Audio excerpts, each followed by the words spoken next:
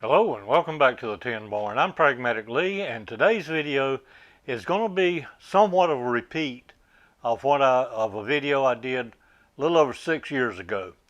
And that video dealt with my 20-ton hydraulic press. And as I pointed out in that video, and by the way, like I say, that video is over 6 years old, but still gets about 200 views every month, which is pretty good for my older videos. But in that video, I pointed out one of the issues that I think everybody that has one of these presses, whether it's a 10-ton, 20-ton, or whatever, runs into. And that's, you got the workpiece down here on the table, and you need to put some kind of a drift in there to fill this space between the pin here and whatever you're pressing on the workpiece. And you've got to operate your handle over here. And if you need to hold the workpiece, sometimes you just don't have enough hands to hold all the pieces. So what I did is I made a set of drifts. And I call these drifts just simply because I don't have a better name for them. But I've got a couple magnets in there. And that takes care of holding the drift in place. I made a 1-inch, a 2-inch, a 3-inch, and a 6-inch. And I found the 6-inch, I don't use it quite that often. If I've got something that much, I can move the table. But when I did these, they've got magnets inside of them. And the 6-inch still has a single magnet in it, and it wouldn't take much to knock it off. The ones I used the most, I went back and actually put 2 magnets in them, and they hold a lot better. Now, since that video was posted, again, a little over 6 years ago, I've had at least a dozen requests, if not more, to make and sell these drifts. Well, I'm just not set up for that, guys. I do this as a hobby. I do it as entertainment, keep an old man busy. And I've only ever made one other set of these, and that set was for another YouTube creator. Channel's about the same size as mine. We swapped some items, and I sent him a set of these drifts to match his press. Another reason I don't get into doing these for other people, this pin size that we're starting with right here on the press varies from press to press. This one comes from Agri Supply. The one that no, I'm sorry, this one came from Tractor Supply. Agri Supply, Harbor Freight, I can't think of, Northern Hydraulics, places like that. You never know what size that pin's going to be, and it's really not standardized between the different distributors. So I'm just not set up, guys. I apologize, but I'm just not set up to make these for other folks. But what we're going to do in today's video is make a set of these drifts for my great nephew that bought the building from me. He has one of these presses. I'll put a picture of it in there now. There's a long story behind that particular press I'll share with him, but probably wouldn't interest you guys. But it's kind of bare. He doesn't have any plates to lay across the table. When that press come about, when I stumbled upon that press probably 25 years ago, it didn't have a jack on it. I originally picked it up from my brother-in-law, and my late brother-in-law now, and he had a 12-ton jack that he put in there. So it lacks a few things, but first thing I want to make for him is a set of drifts to go in here. I may also, in a later video, making one of these jigs. You've seen me on the channel use this. This is used for bending material. My first iteration of this that I built in a video was a failure. I didn't put these supports on the side, and that piece of angle iron caved in pretty quick. But this hooks up as a drift, goes down in there, and it works good for bending materials. I may also in another video try to make him one of these trays that you saw me make for this press. All just little things I want to do for him and my niece as a shop warming gift, if you will. So let's turn over to the lathe now. I've got some pieces of 1.5 inch material that we're going to work with, and I'm going to make one of these drifts. I'll probably make the 2-inch one on camera, and then I'll get it up to a certain point. Off camera I'll do the other 3 sizes, and then come back and we'll do the internal bore. Then after that we'll install the magnets. So let's turn over to the lathe now. I'm at the lathe now, and I've got your camera set up on the back side of the lathe. I'm actually over here on this side, so you're kind of looking at it backwards, but I think it'll give you a better view of what we're working on here, or what the operations we'll be doing. First thing I'm going to do is face this end down here. This is going to be the pushing end, so I want to be sure that is good and flat.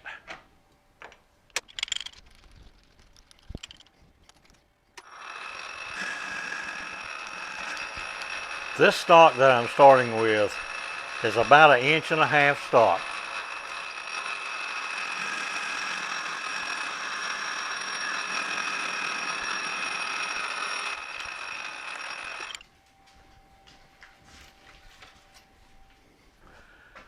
Now for the 2-inch drift, this part, well, as you can see the way this is machined out, there's still about 0.3, 0.4 inches up in here. So this distance that I want to turn down will be 1.6 inches. That'll leave 0.4, and I'll leave 0.4 up into here. And that'll give from this flat right here to here will be 2 inches. So we're going to go 1.6 here. All right, I'll zero out the DRO right there. Come in 1.6.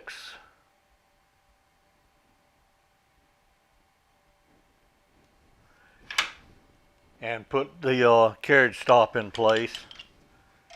And of course tighten it down.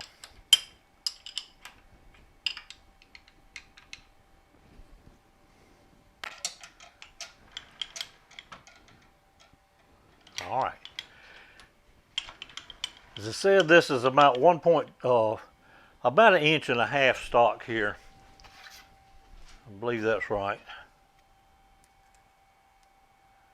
Just a little under 1.5 inches. It was probably 1.5 inches before I cleaned it up. But for this outside diameter, I want to go down to 1.2 inches. The pin on his press that this cup will go up in is about 1.16 inches. So I'm going to go 1.1 on the inside of the bore, but I want to leave this outside pin at 1.2.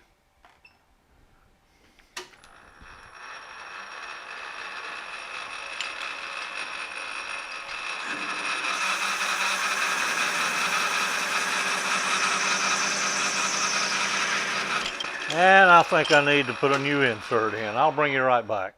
Okay, let's see if this doesn't do a little better now.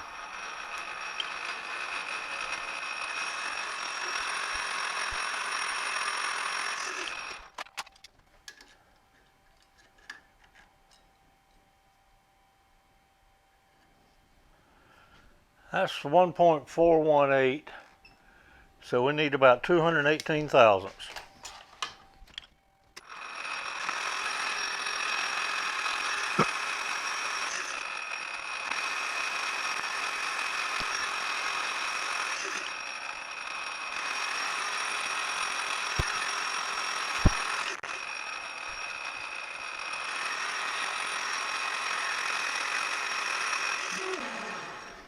Alright, that should be very close there.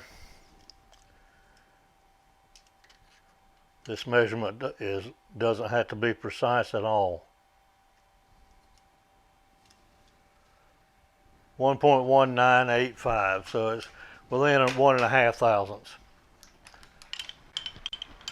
Alright, I'm going to put a little chamfer on that.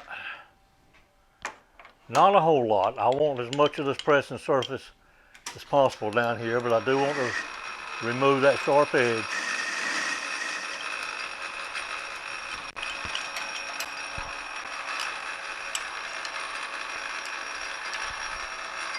I'll back the carriage stop out of the way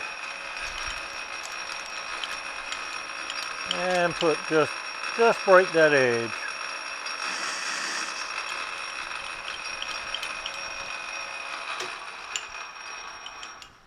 Alright, I'm going to carry this over to the bandsaw now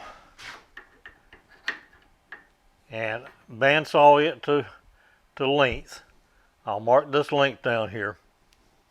Then come back to the lathe and we'll face off what will be this end as well. Okay, I misspoke a while ago when I said I was going to make the pin portion here 1.2 and the socket portion 1.1. They got to be the same size. This is if they're going to stack. This has got the socket on this one need to fit over the pin on all the others, and same thing for each one. So I may turn that down to 1.2. I'm going to do the same thing to this end, probably 1.25, just so this will slip in without any interference, and then it will also fit up on the pin on the press. So I'm going to go ahead and get the other four to this stage and then bring it right back. Okay, I got each of the four pieces now to this point where I have the pin turned down. This end has a rough saw cut. So what I'm going to do is put each piece in and face off this end.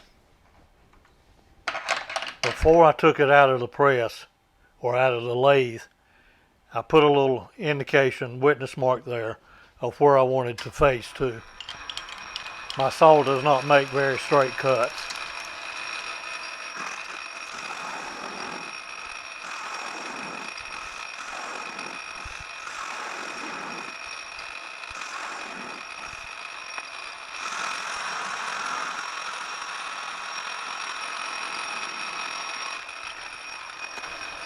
And we'll put just a little chamfer on this end down here. Remember, most of this is going to be bored out. Alright, I'll do that same thing to the other three pieces and then bring you back when we get ready to start boring. Alright, I've got all four of the drills to this point now where we got the ends turned down, faced on both ends. Now we're ready to start boring out for the to make the cut that we'll later put the magnets in. Alright, I'm going to start with the 1-inch one, and what I've done is measured each one of these. And this one is supposed to be 1 inch from this end to the depth that we bore into in this end, so that there's 1 inch between the pin that this will mag up to and the pushing point. This is actually 1.685, so we're going to bore this one out 685 thousandths.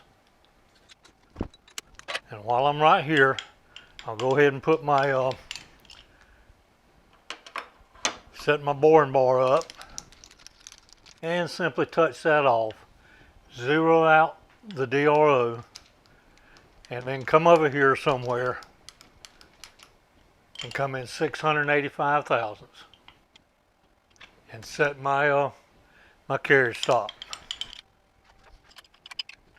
Now when we get ready to bore, we're at the 685. For now I'm just going back to boring bar out of the way, and I'll come in with my tailstock and spotting drill.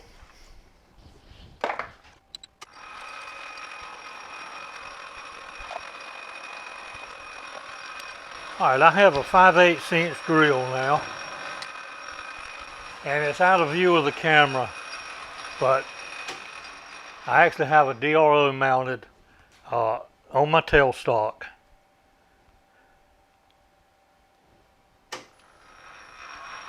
What I'll do is come in here and drill this. Alright, I drilled that to the depth of the flute on the drill, and I will zero it out at that point. And I'll come in 685 thousandths.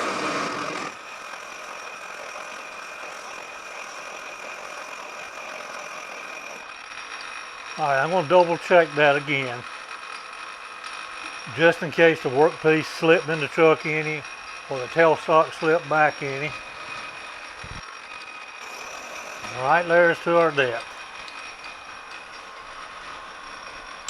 Slide the tailstock out of the way,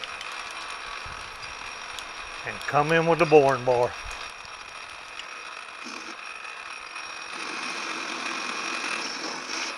And I just checked the DRO, and it was within a couple thousandths of being the 685.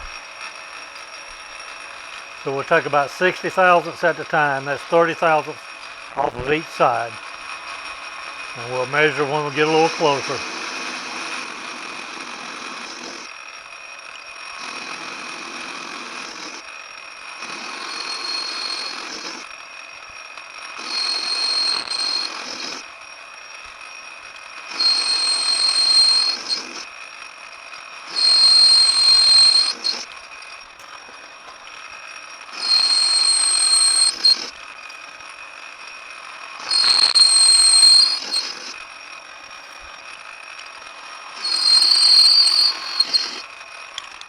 According to the DRO, we still got about 25 thousandths to go.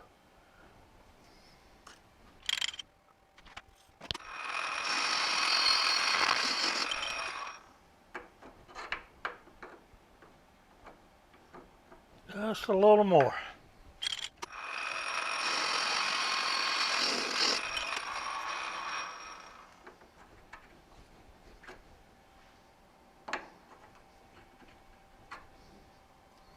Maybe just another spring pass there.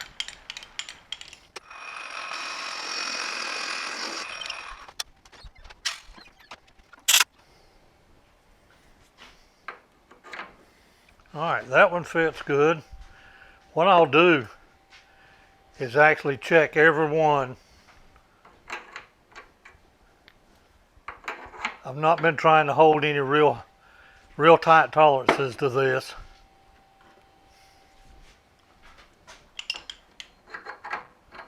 But they all fit in there fine. Clean this sharp edge up just a little bit.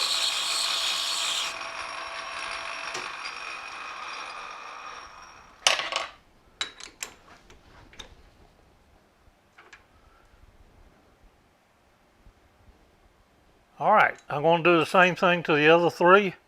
Then we'll meet over at the mill where we're going to put a slot in for our magnets. Got all four of the drifts now. At this point, we've got the pin machine down, the cut machine bored out, and got them face to length. So what we need to do now is put a couple of little pockets inside here to hold these magnets. These are the magnets I'm going to be using. They are about 115 thousandths thick. So I'll be boring down or milling down about 125 thousandths. I absolutely do not want them sitting proud. If they're sitting proud and put them in the press and put pressure on them, it will shatter these little magnets. So they need to be just a little bit below the surface. And also the diameter of them is 394 thousandths, and a 7/16 is 438, so that's what we'll be using. Now to hold them in the vise, I've got this V-block, one I built in a video a couple years back. but it's made for this vise. And I'll load one of them in and find center of it. And then that will work for all four of them, because this V block is stationary. As you can see right here, there's a socket head cap screw.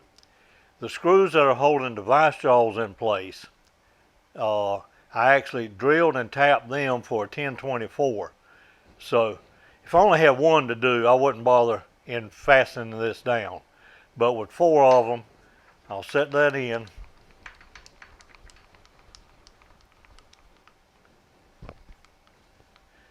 Find the center here, and then since this block can't move, the V block can't move, that will be good center from here on out. So let's locate the center right quickly.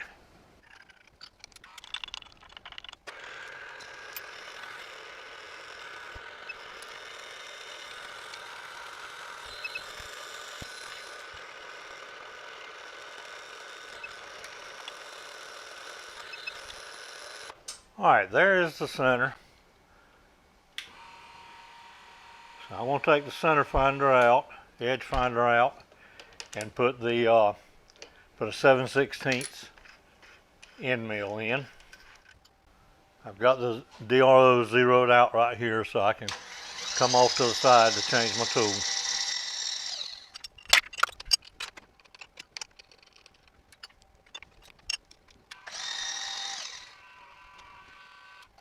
All right, what I'm going to do is pretty much, well, on the y-axis here, I am zeroed out. I'm on my center line. So I'm going to move over to just where the end mill touches this edge.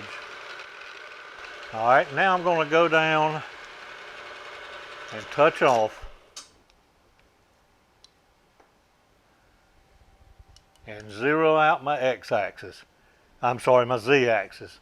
And I'm going to want to go down 125 thousandths.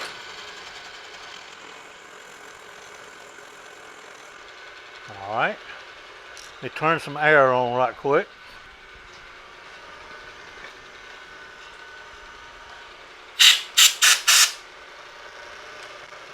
All right, now I'm going to move over until it just touches on this side. And using that same zero, I'll go 125 thousandths deep. And for these shorter ones, the 1 inch, 2 inch, and 3 inch, 2 magnets should be sufficient to hold them in place. The 6 inch one, when I'm on up here a bit, I'm probably going to put do this on both the X and Y axis. So have 4 magnets.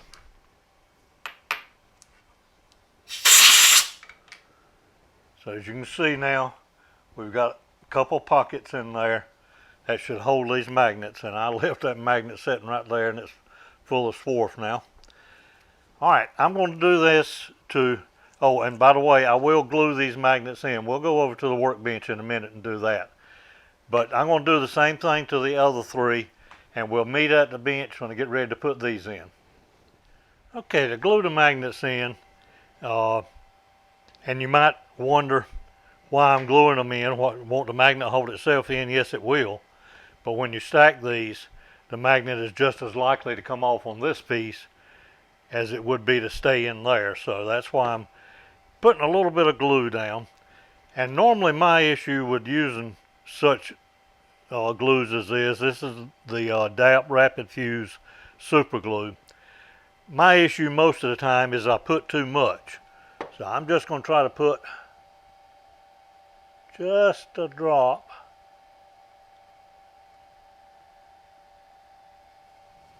just a small amount on each side, and then get the magnet in there.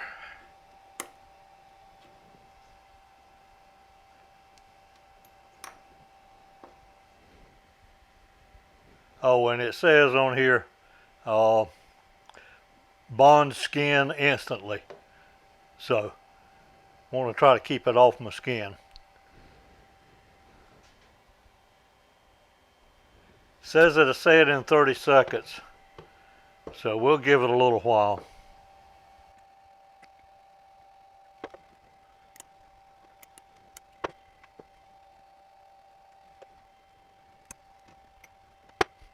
And the 6-inch one, I'm going to put 4 magnets in that.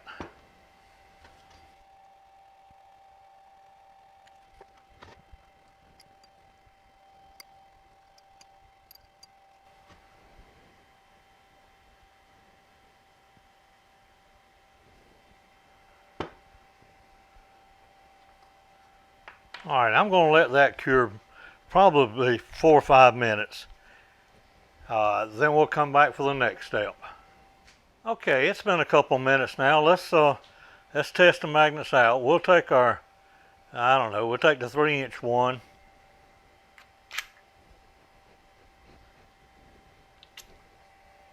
Magnet stayed in. Magnet stayed in. And of course the 6-inch one, it's got the 4 magnets in it. It stays in. And the 3-inch stays in. Now if you hadn't realized it, my purpose of making a 1, 2, 3, and 6 is that with these 4, you can make any combination from 1 inch to 12 inch. All right, there's 1 inch, 2, 3, 4, 5, 6, 7, 8, 9,